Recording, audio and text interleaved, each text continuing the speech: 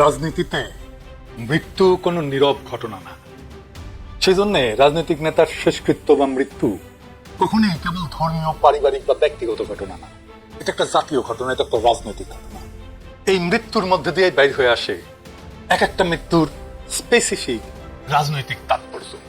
এই রাজনৈতিক তাৎপর্যটা হইল রাষ্ট্র, ক্ষমতা এবং জনগণের একটা যৌথ ভাষ্য।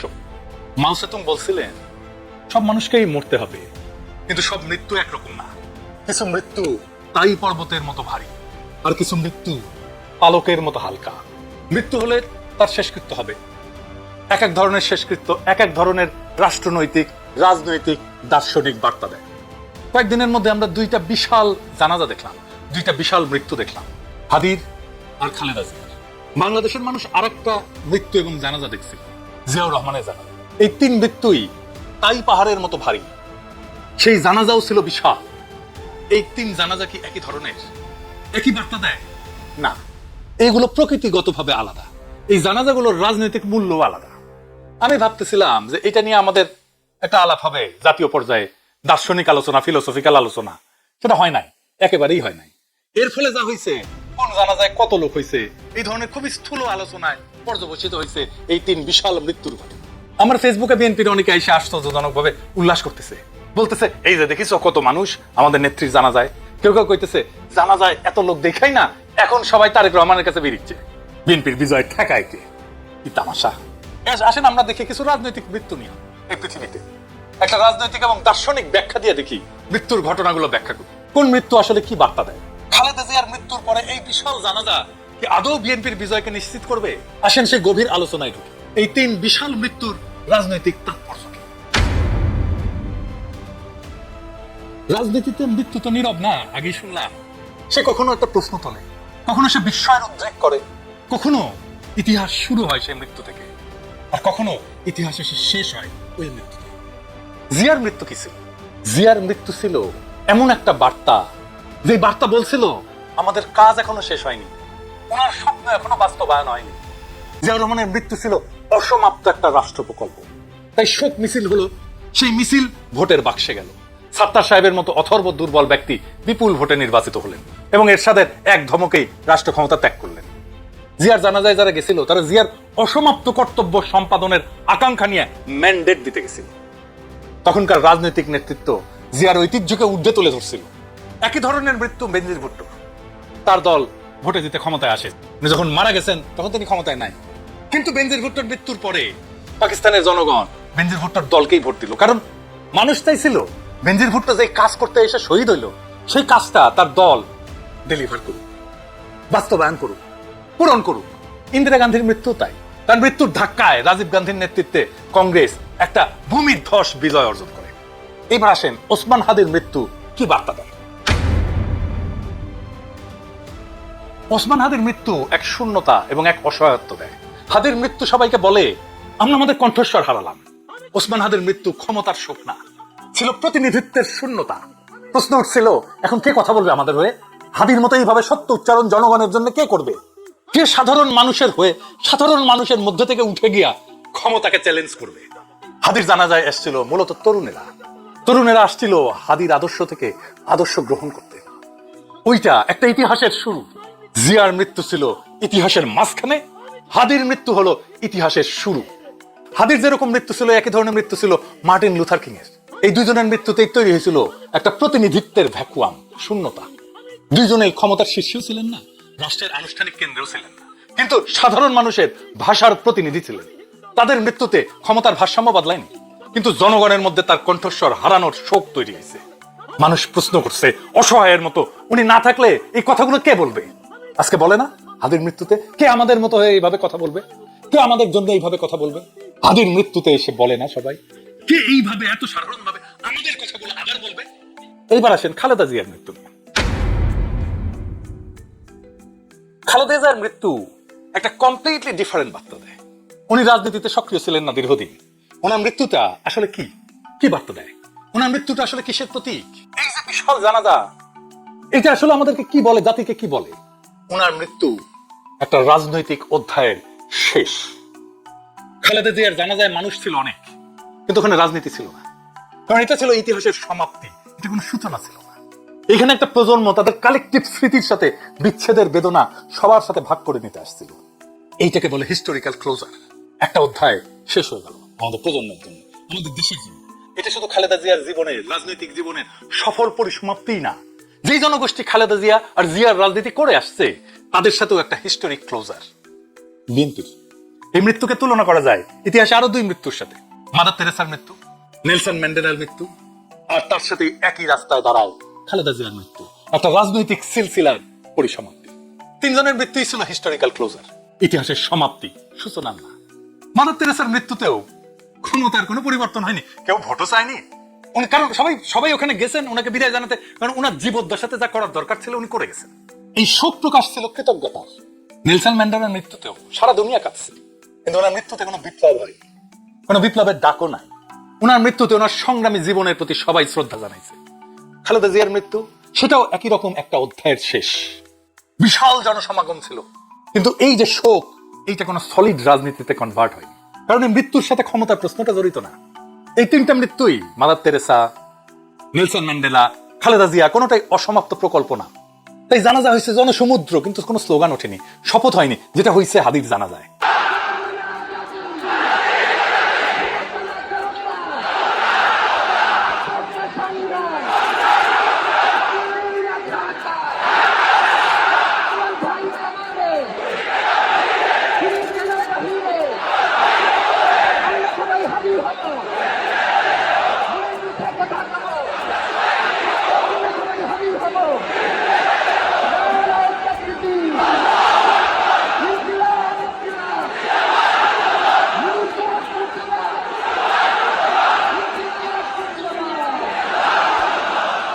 পার্থক্যটা শুধু এখানে।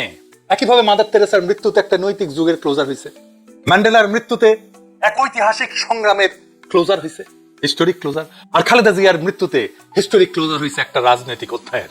এমনকি তারেক রহমানের বক্তব্য বা নজরুল ইসলাম খানের বক্তব্য ছিল ওনার রাজনৈতিক জীবনের স্মরণ। আমি মরহুমা বেগম খালেদা জিয়ার বড় সন্তান তারেক রহমান। আমি আজকে এখানে উপস্থিত সকল ভাইয়েরা এবং বোনেরা যারা উপস্থিত আছেন, মরহুমা বেগম খালেদা জিয়া জীবিত থাকাকালীন অবস্থায় যদি আপনাদের কারো কাছ থেকে কোনো ঋণ নিয়ে থাকেন, দয়া করে আমার সাথে যোগাযোগ করবেন, আমি সেটি পরিশোধের ব্যবস্থা করব ইনশাআল্লাহ।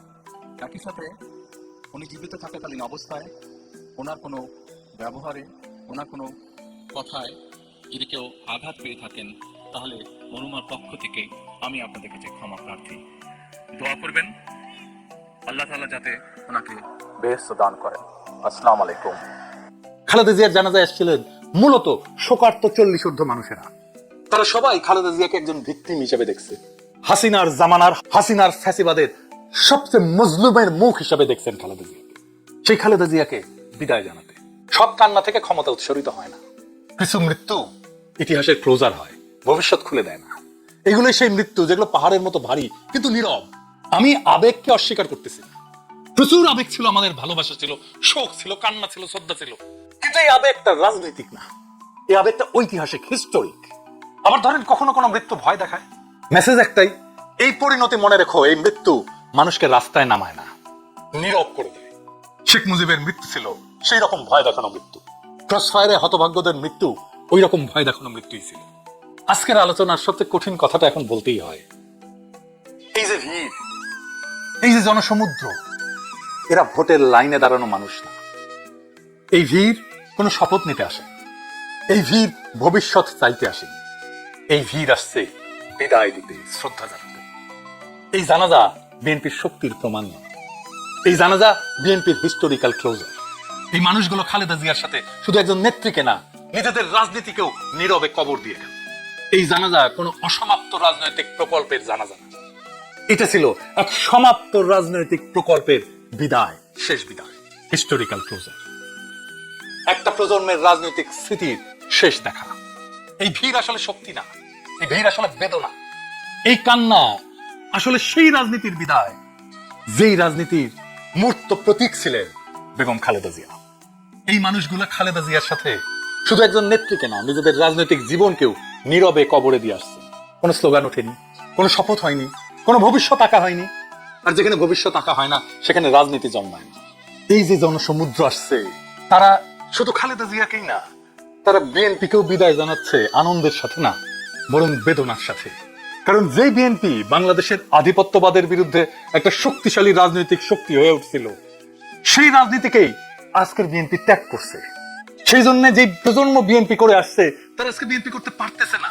যে প্রজন্ম বিএনপি করে আসছে, ভোট দিয়ে আসছে, তারা আজকের বিএনপির রাজনীতি আর করতে পারবে না, করা সম্ভব না। আজকের তরুণেরা তো বিএনপি করে না, তারা নতুন রাজনৈতিক শক্তির পিছনে দাঁড়াইতেছে, নতুন রাজনৈতিক দল তৈরি করতেছে। আর যারা পুরনো বিএনপি, তারাও আজকে বিএনপির সাথে চিরবিচ্ছেদ ঘটালো। তাদের সকলের জন্যই খালেদা জিয়া ছিলেন সেই বন্ধন যা তাদেরকে খুব দুর্বল করে হইলেও বেঁধে রাখছিল বিএনপির সাথে এতদিন। সেই বন্ধন ওই জানাজার দিনে একেবারে ছিন্ন হয়ে গেল। বিএনপির সাথে ওই প্রজন্মের সম্পর্ক শেষ। এটাই ছিল সেই দিনের পুরনো বিএনপি প্রজন্মের সুতীব্র বেদনার উৎস, ওই জনতার দ্বিগুণ বেদনার উৎস। এই ভিড়, এই জনস্রোত, এই প্লাবন, এই জনসমুদ্র বিএনপির পুনর্জন্মের সংকেত না। এই ভিড়, এই জনসমুদ্র বিএনপির শেষ স্মরণ। যারা আজ এই ভিড় দেখে উল্লাস করছে, তারা বুঝতে পারতেছে না ইতিহাস কখনো কান্না দিয়ে ক্ষমতা দেয় না। ইতিহাস ক্ষমতা দেয় তখনই যখন শোক প্রশ্নবোধক হয়, পূর্ণচ্ছেদ হয় না। আর খালেদা জিয়ার জানাজা ছিল একটা স্পষ্ট নীরব পূর্ণচ্ছেদ। এই জানাজা বিএনপিকে আগায় দেয়নি, এই জানাজা বিএনপিকে বিদায় জানাইছে, বেদনা ধরে, মর্যাদার সাথে, কিন্তু রাজনৈতিক ভাবে চূড়ান্ত ভাবে। খালেদা জিয়ার স্মৃতি অমর হোক। ইনকিলাব জিন্দাবাদ। অবশেষে বহু জল্পনা কল্পনার অবসান ঘটিয়ে জামাত ইসলামের নেতৃত্বে যে 10 দলীয় জোট গঠিত হয়েছে, নির্বাচনী জোট, এই জোট 11 দলীয় জোটে রূপান্তরিত হতে যাচ্ছে। অনেকদিন ধরেই জল্পনা কল্পনা চলছিল এবং বারবার অনিশ্চয়তা তৈরি হচ্ছিল যে হয়তো এই বুঝি চরমনাইয়ের সাথে জামাতের জোটটা হলো না, চরমনাই পীর সাহেব বুঝি চলে গেল জোট ভেঙে। এবং এক পর্যায়ে চরমনাই পীর সাহেবের মুখেই আমরা শুনেছি যে না, যদি তারা আমাদেরকে সম্মানজনক আসন না দেয় তাহলে আমরা এই জোট থেকে জামাতকে বের করে দিব। মানে জোটের নেতা চরমনাই এরকম বোঝাচ্ছিল আর কি। এরকম বহুবার কিন্তু আমরা শুনেছি। তার মানে আমরা ধরেই নিয়েছিলাম যে চরমনাইয়ের পীর সাহেবকে ইসলাম এবং সমমনা দলগুলোর এই জোটে আর হয়তো পাওয়া যাচ্ছে না। কিন্তু আমি এর আগের ভিডিওতে আপনাদেরকে বলেছিলাম যে জামাতে আমির ইনি হাতে ছাই মেখে চরমনাইয়ের পীর সাহেবকে ধরেছেন যে না, কোনো মতো অবস্থায় তাকে ছুটতে দিব না। তো তারই ধারাবাহিকতায় যখন একেবারে অনিশ্চয়তা একেবারে দ্বার প্রান্তে চলে এসেছিল যে আর থাকছে না, চলে যাচ্ছে, বিএনপির নেতৃবৃন্দের সাথে তারা আলাপও শুরু করে দিয়েছেন। আর ওদিকে তাদের তো তারা মূলত এই কাজটা নিজেদের ইচ্ছা মতো করছিল না, হয়তো কোনো একটা অদৃশ্য শক্তির খপ্পরে পড়ে এই কাজটা করছিল। জামাত ইসলাম চিন্তা করলো যে যেহেতু জামাত ইসলামের পরেই চরমনাইয়ের পীর সাহেবের একটা গ্রহণযোগ্যতা আছে, ইসলামী মহলে যারা ইসলাম মনা মানুষ তাদের ভিতরে চরমনাইয়ের পীর সাহেবের একটা গ্রহণযোগ্যতা আছে এবং সারা দেশেই ছড়িয়ে ছিটিয়ে আছে তাদের কিছু সংখ্যক ভোট, সুতরাং তাকে জোটে আনতেই হবে, না আনলে বড় বেশি ক্ষতি হয়ে যাবে। সেই সূত্র ধরেই জামাতের আমির চরমনাইয়ের পীর সাহেবকে অনেকবার সেখানে বৈঠক করেছেন, বসেছেন, তাকে ডেকে এনেছেন। সবশেষে জোটে আসার ব্যাপারে চরমনাইয়ের পক্ষ থেকে একটি মাত্র শর্ত আরোপ করা হয়েছে। এই একটি শর্ত মানলেই জোটে চলে আসবেন। এখন আপনারা প্রশ্ন করতে পারেন কি সেই শর্ত এবং সেই শর্ত কি জামাত মানবে? হ্যাঁ, জামাত এই জোটের জন্য, আগামী নির্বাচনের জন্য, বাংলাদেশের জন্য, বাংলাদেশের ভবিষ্যতের জন্য যে কোনো মুহূর্তে ত্যাগ স্বীকার করতে এই মুহূর্তে প্রস্তুত আছে। সেটা যদি তাদের অনেক বড় ক্ষতি হয়ে যায়, সেই ক্ষতির বিনিময়ে হলেও জামাত ইসলাম তাদের সেই ত্যাগটুকু, সেই কুরবানিটুকু করতে প্রস্তুত আছে। ইতিমধ্যে আপনারা জানেন যে করেছে। মুজিবুর রহমান মঞ্জুকে যেখানে দেয়া হয়েছে এখানে ক্যান্ডিডেটই দেয়নি জামাত। ওই আসনটা কিন্তু জামাতের নিশ্চিত আসন ছিল। ঢাকা 8 আসন দীর্ঘদিন ধরে সেখানে ভোটার মাইগ্রেশন করেছে, সেই আসন ছেড়ে দিয়েছে। ঢাকা 13 আসন, এটি জামাতের ঢাকার ভিতরে অন্যতম একটি শক্তিশালী এলাকা বলা চলে, সেটিও মামুনুল হককে দিয়ে দিয়েছে। এরকম একটার পর একটা বিভিন্ন জায়গায় জামাতের হেভিওয়েট প্রার্থীকে বসিয়ে দিয়ে ছেড়েছে। আর একটি কুরবানি জামাত করতে প্রস্তুত আছে। তো চরমনাইয়ের পীর সাহেবের চাওয়াটা এখন কি, শর্তটা কি? শর্ত দিয়েছে বরিশাল মহানগরের আসনটা তাকে দিতে হবে। এইটা আমি যে সোর্সের মাধ্যমে শুনলাম, এই সোর্সের মাধ্যমে শোনার পরে আমি আর একটু যাচাই বাছাই করার জন্য বরিশাল মহানগরে আমার কয়েকজন বন্ধু আছে, আমি তাদেরকে একটু নক দিলাম যে এই ব্যাপারে তোমাদের কি মতামত, সেখানে জামাতের অবস্থান কেমন আর চরমনায়ের পীর সাহেবের অবস্থান কেমন। তারা বললেন যে হ্যাঁ, এখানে এবার জামাতের প্রভাবটা বেশ ভালো। তো আমি ওই কথার সাথে একটু মেলালাম আর কি, মিলে গেল। তো তার মানে জামাত বরিশাল মহানগরের ওই আসনটাকে এ ক্যাটাগরির আসন হিসেবে চিহ্নিত করেছে। সেই আসনটি হয়তো চরমনায়ের পীর সাহেবকে দিয়ে দিতে হবে। আর জামাতও চরমনায়ের পীর সাহেবকে এই জোটে রাখার জন্য তার আরো একটি ভালো আসন, এ গ্রেডের আসন চরমনায়ের পীর সাহেবের জন্য ছেড়ে দিলেন। এখন আপনাদের প্রশ্ন আসতে পারে যে কেন জামাত এরকম কুরবানি করতেই হলো, কেন চরমনায়ের পীর সাহেব না থাকলে কি হতো, উনি এই জোটে না থাকলে কি এমন ক্ষতি হতো। হ্যাঁ, ক্ষতি একটু ছিল, অবশ্যই ক্ষতি ছিল। আপনারা হয়তো যেটি বুঝতে পারছেন না বা আমরা বুঝতে পারছি না, সেটি জামাতের আমির বুঝতে পেরেছেন। এখানে একটি বিষয় আপনাদের মনে রাখা দরকার, চরমনায়ের পীর সাহেব কিন্তু একটু, যেহেতু যে পীর সাহেব তো ভিতরে একটু গর্ব অহংকার আছে যে আমি পীর, আমি সবার বড়, আমি কেন অন্যজনের কথা শুনবো। সুতরাং যখন তাকে না নেওয়া হতো জোটে, তাহলে এই জোটের ব্যাপারে অত্যন্ত নেতিবাচক প্রচার প্রচারণা চলতো। যেমনটি প্রচার প্রচারণা চালাচ্ছে মহিবুল্লাহ বাবু নগরী, এবং আপনারা জানেন কোন একটা পেজ থেকে, পেজের নামটা আমি এই মুহূর্তে ভুলে গেলাম, আপনারা একটু যদি কেউ জেনে থাকেন আমার ইনবক্সে একটু দিবেন। একটা পেজ থেকে, একটা সংগঠনের পক্ষ থেকে 101 জন আলেমের বিবৃতি প্রচার করা হলো, যে এরা বিবৃতি দিয়েছে বর্তমানের সবচেয়ে বড় 101 জন আলেম, যারা বলেছেন যে জামাতের নেতৃত্বে যে জোটটা হচ্ছে এই জোটটা ইসলামী জোট নয়, এরা কেউই ইসলামী লোক নয়, এদের ভিতরে ইসলাম নাই। তো সেখানে এমন কিছু মানুষের স্বাক্ষর নিয়ে প্রচার করা হয়েছে। পরবর্তীতে এর ভিতরে একজন হচ্ছে বাইতুল মোকাররমের বর্তমান খতিব মুফতি আব্দুল মালিক। হুজুর এইটি জানার পরে বলেন, দা আমি তো এখানে স্বাক্ষর করি নাই বা এই জাতীয় কোনো কথা আমি বলি নাই। এরকম আরো অনেকেই, আরো অন্তত 20 থেকে 30 জন আলেম, তারা পরবর্তীতে তাদের ফেসবুক স্ট্যাটাসে পোস্টে বিবৃতি দিয়েছেন যে না, এটি আমরা জানি না এবং আমরা এই ধরনের কথা বলি নাই। তাহলে প্রচারণাটা কোন পথে কারা করছে, এটি কোন উদ্দেশ্যে করছে আপনারা বুঝতে পারছেন। সুতরাং পীর সাহেবকে যদি এই জোটে না আনা হতো একটু ছাড় দিয়ে, তাহলে এই ধরনের আরো অনেক অপপ্রচার, অনেক গুজব এটি প্রচারিত হতো। আর এইটা হলে পরে হয়তো পীর সাহেবের তেমন ক্ষতি হতো না, কিন্তু এই জোটটার অনেক বড় ক্ষতি হয়ে যেত। কারণ কি, আমি একটা উদাহরণ দিই আপনাদের।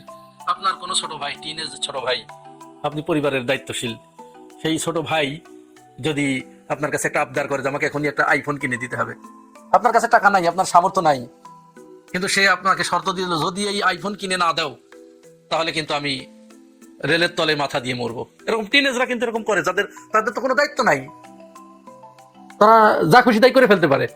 কারণ সে যে কি করতে যাচ্ছে সেই বোধটুকু তার নাই।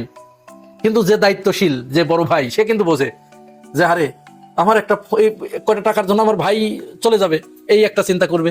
দ্বিতীয় চিন্তা করবে যে আমি সারা জীবনের জন্য আমার ভাইটাকে, কলিজার টুকরা ভাইটাকে হারাবো।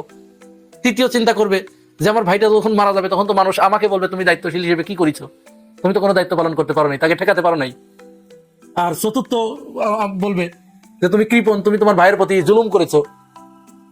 এই বিভিন্ন ধরনের অনেক এরকম বলা যেতে পারে। সুতরাং ওই অবস্থায় আর কি জামাত ইসলাম দায়িত্বটা নিয়ে নিলেন যে না, আমার একটু ক্ষয়ক্ষতি হয় হোক, আমি তাকে জোটে নিয়ে আসি। এখন আপনাদের হয়তো বিশ্বাস হচ্ছে না যে আমি বানিয়ে বলছি, আমি বানিয়ে বলছি না। তাদের ভিতরে যে একটু গর্ব অহংকার আছে এবং তারা যে জামাতকে নেতা মানতে চাচ্ছে না, এর একটা বাস্তব প্রমাণ আসেন এই যে ভিডিওটা দেখি। আর একটা বিষয় আপনাদের কাছে পরিষ্কার বলছি যে এখানে যে বারবার আপনারা একটা কথা প্রকাশ করতেছেন, জামাতের নেতৃত্ব ইসলামী জোট বা সমমনা দেওয়া, এটা কিন্তু না। আমরা কিন্তু আসলে নির্বাচনী একটা সমঝোতার ব্যাপারে আমরা কিন্তু এই দেশের এবং জাতির কল্যাণের জন্য আমরা ইস্যু ভিত্তিক আমরা কার্যক্রম পরিচালনা করতেছি। এরা জামাতের নেতৃত্বে ইসলামী দলগুলো, অন্যান্য দলগুলো আমরা একত্রিত হয়ে কাজ করছি বা আমরা জোটবদ্ধ হচ্ছি, এই ব্যাপারটা কিন্তু ওইভাবে আপনারা প্রচার করবেন না। আমরা নির্বাচনী একটা সমঝোতার জন্য আমরা একাকার হয়ে কাজ করতেছি। ধন্যবাদ। এখানে জামাতের সাথে কোনো জোটের প্রশ্নই তো আসে না। আচ্ছা, আপনারা বলেন কেন? বুঝতে পেরেছেন, তিনি জামাতকে নেতা মানতে নারাজ, তিনি জামাতকে নেতা মানবেন না এবং এই যে এটা যে একটা হাদিসের বরখেলাপ, এই হিসাবটুকু কিন্তু তার নাই। একটা হাদিস আছে না যে সম্ভবত সুনানে আবু দাউদ শরীফের 2608 নাম্বার হাদিস, আপনারা যদি আমি ভুল বলে থাকি তাহলে একটু কমেন্ট বক্সে বলে দিবেন। সেখানে বলছে যে আল্লাহ রসুল বলছে যে তোমরা যদি কোনো জায়গায় 3 জন ব্যক্তিও থাকো তাহলে সেখান থেকে একজনকে নেতা নিযুক্ত করবা। আল্লাহ রসুলের এই হাদিসের একটা প্রেক্ষাপট আছে না, একটা গুরুত্ব আছে না। তিনি কেন এই কথাটি বলেছেন আল্লাহ রসুল? কারণ নেতা না থাকলেই তো বিশৃঙ্খলা তৈরি হয়। 2 দিন পরে সবাই বলবে যে আমি আব্বা আমি আব্বা, তাহলে আরেক নতুন মারামারি শুরু হবে না? তো এটা যে আল্লাহ রসুলের হাদিসের বরখেলাপ হচ্ছে, এই চিন্তা কিন্তু তার মাথার ভিতরে নাই। তার ওখানে এসেছে না, জামাতকে আমি নেতা মানবো না। সুতরাং এই কথা তিনি বলছেন, তার কারণে জামাত ইসলাম এই সিদ্ধান্ত নিয়েছে যে তাকে যে কোনো মূল্যে জোটে রাখতে হবে। সুতরাং যাই হোক, অবশেষে জোট হচ্ছে এবং চরমনাই পীর সাহেব এই জোটে থাকছেন এবং ইসলামী ভোটগুলো এক বক্সে আসছে। এটি জাতির জন্য অত্যন্ত সুখকর। আশা করা যায় যে আল্লাহ রাব্বুল আলামিন এই জাতির জন্য ভালো কিছু দিচ্ছেন। আপনার 1 ঘন্টা আগে একটি নিউজ করছে, নিউজটার হেডিং আপনাদেরকে দেখাই। এই যে দেখেন কি বলছে এখানে, জামায়াতের সঙ্গে ইসলামী আন্দোলনের আসন সমঝোতা চূড়ান্ত হয়নি, কিন্তু তাদের এটা লেখার 1 ঘন্টা আগে আসন সমঝোতা চূড়ান্ত হয়ে গিয়েছে। চরমনাইয়ের প্রাথমিক বরাদ্দ আসন কয়টা ছিল? 35টা না? এখন তাদেরকে সেখান থেকে বাড়িয়ে 44টা দিয়েছে। শুধু 44টা তো বড় কথা না, কে কয়টি পেল সেটাও একটি বড় কথা। সবারই আসন একটু কমেছে বেড়েছে। এখন জোটে সমঝোতার প্যানেলে দেশপ্রেমিক সমঝোতায় আসনের সংখ্যা 300-র মধ্যে অনেকেরই বেড়েছে অনেকে কমেছে, তবে পার্টিসিপেটর বা দলের সংখ্যা এখন 12টি। সবারই আসন কিছু কমেছে বেড়েছে। এই যে প্রথম আলো মিথ্যা কথাটা লিখছে দেখেন, এরপর হয়তো আরেকটা দিবে। নির্বাচনী আসন সমঝোতা নিয়ে জামায়াত ইসলামী আন্দোলন বাংলাদেশের মধ্যে দূরত্ব পুরোপুরি ঘুষেনি। পুরোপুরি দূরত্ব ঘুষবে কিভাবে? বদমাইশ। চরমনাই ইসলামী আন্দোলন একটা দল, জামায়াত আর একটা দল, ভিন্ন দল, ভিন্ন মত থাকবেই। জামায়াত যদি 5টা বলে চরমনাই কি 5টা বলবে? তাহলে তো এক দলই হয়ে যাবে। জামায়াত যদি বলে 2টা, চরমনাই কি বলবে হ্যাঁ 2টা। জামায়াত যদি বলে তোমাদেরকে 30টা দিলাম 50টা দিলাম, চরমনাই বলবে হ্যাঁ 50টা, তাইলে তো একই দল। তাদের মধ্যে তো একটু দূরত্ব থাকবেই, তাদের চিন্তা ভাবনা ভিন্ন, সবাই লক্ষ্য তো একই, মানুষের কল্যাণ, ইসলামের বাস্তবায়ন। চরমনাই দেশ চালাইয়ে সমস্যা কি? যদি ইসলামের আগ্রহ হয়, মানুষের মঙ্গল হয়, কোনো সমস্যা নাই। জামায়াত ইসলাম যদি চালায় মানুষের কল্যাণের জন্য, দুর্নীতি মুক্ত থাকে, চাঁদা মুক্ত থাকে, কোনো সমস্যা নাই। বিএনপি যদি দুর্নীতি মুক্ত চালাতে পারে, কোনো সমস্যা নাই। কিন্তু বিএনপিকে আমরা অতীতে দেখেছি, চরমনাইকে দেখি নাই, জামায়াতকে দেখি নাই, এনসিপিকে দেখি নাই। তার মধ্যে এনসিপির জন্য আমাদের আবেগ আছে, খুব স্বাভাবিক। হাসিনাকে তাড়ানোর ক্ষেত্রে তারা মুখ্য ভূমিকা রেখেছে। তাহলে চরমনাই জামাত যেটাকে এত বড় করে দেখায় প্রথম আলো, এটা এমন না। আপনার সাথে আপনার বাবার দ্বিমত হয় না, আপনার মায়ের দ্বিমত হয় না, তাই করে মা কি খালা হয়ে যায়? মা তো মাই। মার লোক সাথে যখন ঝগড়া হয় তখন কেউ একজন এসে যদি আদর দেখায়, সে কি মা হয়ে যায়? মা গালি দিলেও তো মা, তাই না? তো তাদের মধ্যে এই দূরত্ব তো থাকবে। আমরা যখন 2 ভাই একসাথে খেতে বসি, সরি আমার এমনি ভাই নাই, 2 ভাই যখন একসাথে খেতে বসে মানুষ, তখন একজনের পাতে দেখা গেছে একজন সিম বেশি পছন্দ করে আর একজন কপি পছন্দ করে, এই পার্থক্য হবে না? খুব স্বাভাবিক, এটা নিয়ে এমন কিছু নাই।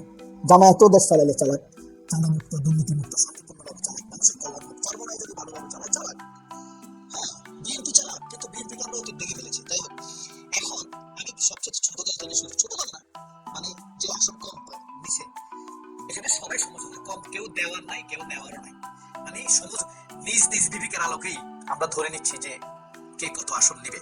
বাংলাদেশ ডেভেলপমেন্ট পার্টি 1টি আসন, লেবার পার্টি 2টি আসন, জামায়াতের আসন কমে গেছে। লেবার পার্টিকে মোস্তাফিজুর রহমান ইরান, ডাক্তার মোস্তাফিজুর রহমান ইরান। নেজামে ইসলাম পার্টি 2টি আসন। জাতীয় গণতান্ত্রিক পার্টি জাগপা, শফিউল আলম প্রধান, মনে আছে? খুব দুর্দান্ত বক্তৃতা দিত ওনার ছেলে, 2টি আসন। এবি পার্টি 2টি আসন।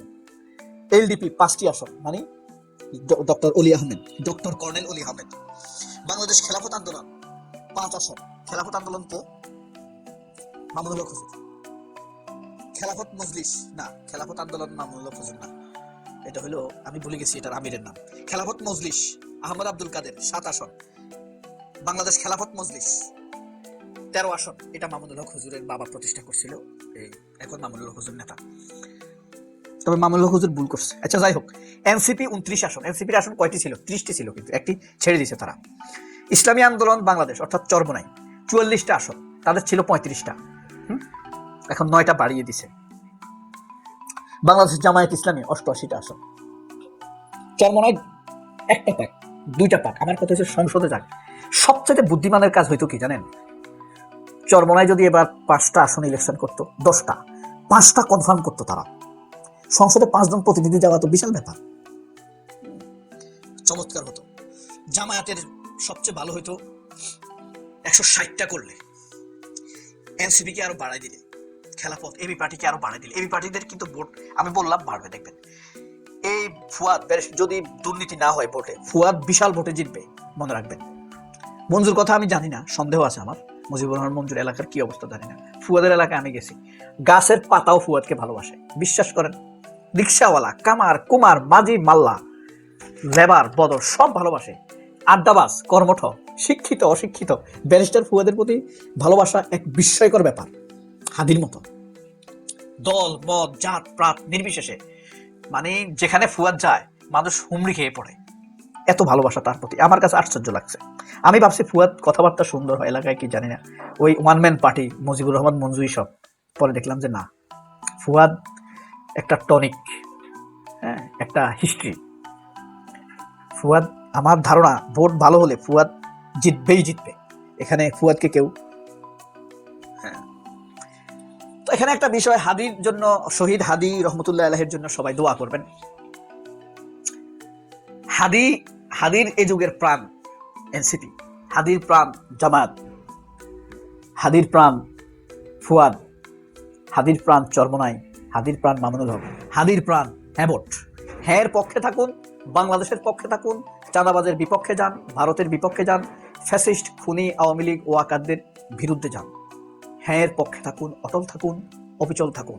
প্রতি মুহূর্তে নামাজে কালামে হাঁটতে, সময় আসলে, মনে আসলে, ভয় জাগলে দোয়া করুন, হে আল্লাহ, ওয়াকার, মির্জা ফখরুল, আর যদি ক্ষতিকর হয়ে থাকে তারেক রহমানেরও কঠিন পরিণতি আমাদেরকে দেখাও, এদের ক্ষতি থেকে আমাদেরকে বাঁচাও। আরেকটা নাম যোগ করবেন, আমির খচ্চর খসরু মাহমুদ চৌধুরী। দোয়া করবেন, নামাজে নামাজে দোয়া করবেন, এদের ক্ষতি থেকে যেন আল্লাহ আমাদেরকে বাঁচায়, মোদির ক্ষতি থেকে যেন আমাদেরকে বাঁচায়, রয়ের শয়তানি থেকে যেন আল্লাহ আমাদেরকে বাঁচায়, ওয়াকার এবং তার চক্র থেকে আমাদেরকে যেন আল্লাহ হেফাজত করে। আমাদের পরিণতি, তারেক রহমানের পরিণতি যেন ভেনেজুয়েলার প্রেসিডেন্ট মাদুরোর মতো না হয়, ডাক্তার শফিকের পরিণতি যেন তার মাদুরোর মতো না হয়, চরমোনাইয়ের আমিরের রেজাউল করিম হুজুরের পরিণতি যেন মাদুরোর মতো না হয়, আমাদের এনসিপি নেতাদের পরিণতি যেন মাদুরোর মতো না হয়। সবার ক্ষতি থেকে আল্লাহ বাংলাদেশকে হেফাজত করুক।